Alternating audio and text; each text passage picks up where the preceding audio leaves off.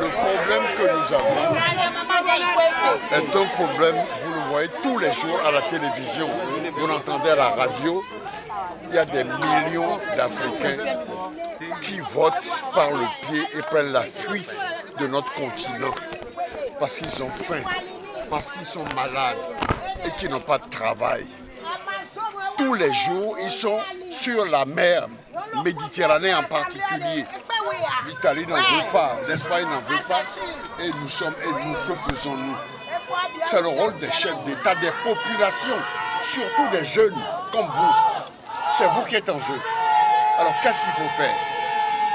La première chose qu'il faut faire, c'est ce que Guézo nous apprend dans ce pays. Si vous allez mourir de soif et que vous avez une jarre trouée, tout le monde doit mettre ses doigts autour de la jarre pour que quand on verse l'eau, chacun puisse boire, oui ou non. La première démarche, c'est l'union de la CEDEAO, de la SADC, de la COMESA. C'est la première union. La deuxième chose, et c'est en cours parce que les gens se sont battus, c'est d'avoir une monnaie commune. J'ai été l'administrateur de 24 pays à la Banque mondiale.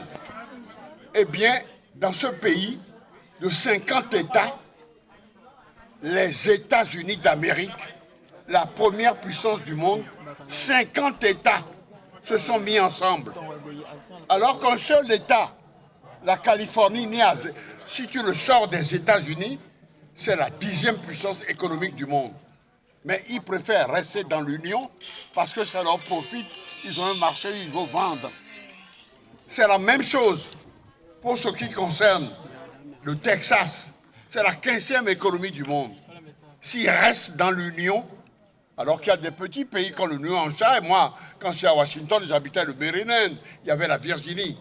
Vous n'entendez pas parler ici. Il y a des présidents dans chacun de ces pays. Moi, on ne les appelle pas présidents. On les appelle gouverneurs comme au Nigeria. Non, mais c'est vrai. Il ne peut pas avoir, mettons, 100... il n'y a pas 50 présidents des États-Unis. Il n'y a qu'un seul. Alors, il faut d'abord l'union. Il faut une monnaie commune. Les 50 États n'ont pas 50 monnaies. Ils n'ont qu'une seule monnaie. L'Union soviétique, et les 21 millions de kilomètres carrés, il faut reprendre votre géographie et votre histoire. Je vous l'enseigne. Eh bien, 21 millions de kilomètres carrés, c'est depuis la Baltique jusqu'à la mer de Chine et la mer du Japon. Un seul État, 21 millions de kilomètres carrés, pratiquement les 2 tiers de l'Afrique, qui fait 30 millions. Mais là, il faut être sérieux. Et ils ont une seule monnaie, le rouble. L'Empire du Milieu, c'est le nom qu'on donnait à la Chine. C'est 10 millions de kilomètres carrés, 10 millions. Pas 112 000 kilomètres carrés comme Mider. Et un pays comme ça a 1,5 milliard d'habitants. Et ils ont combien de monnaie? Une seule monnaie. L'amusement est terminé. Il y a trop de morts en Méditerranée. Et de la même manière qu'ils ont une seule monnaie, mais l'Inde, 1,3 milliard, une seule monnaie, la roupie. La Chine, une seule monnaie, on s'amuse à quoi? Deuxième, ce qui est important après la monnaie, il faut que nous ayons, et ça il faut que je prêche, je vais faire le tour du pays et de l'Afrique. Il faut que nous ayons une seule monnaie, qu'on ait une armée fédérale. Chacun doit mettre de l'argent pour que si on est attaqué par des négriers comme les nègres qu'on vend en Libye, les armes à la main s'il le faut. Et nous devons avoir une marine fédérale pour que nos pêcheurs, le peu de poissons qu'ils prennent là, les grands groupes qui viennent de l'Europe ou de l'Asie, nous viennent piller nos ressources. À ce moment-là, ce que nous produisons chez nous, nous allons le transformer chez nous.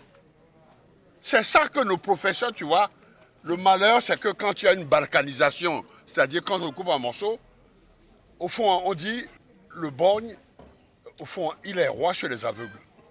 C'est parce qu'on a plus de professeurs d'histoire.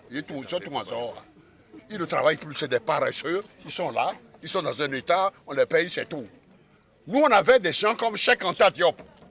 Ça, c'était des génies qui nous disaient que la civilisation égyptienne, c'est la civilisation nègre. Parmi les zigotos que nous avons dans les universités, là, et tout ils sont des petits machins, tu es les voisins de et tout ils sont là simplement à avoir des petits. On n'a plus des gens comme, comment dirais-je? Non, parmi le travail, simplement pour savoir. Tu as Aimé Césaire, tu as Cheikh Anta Diop, tu as, comment dirais-je, le Burkinabé, Kizerbo, tu as des tas d'autres. Et grâce à eux, ils ne sont pas de ton pays. Mais grâce à eux, tu apprends. Parce que les paresseux de chez toi qui ne veulent pas travailler, tu les laisses de côté. Ils n'écrivent rien. Combien de gens qui sont professeurs soi-disant, oui, moi et ton non. Mais ils font de la politique, ils font des c'est ça qui rapporte le plus. C'est pour ça que tu as appris, tu es professeur d'université.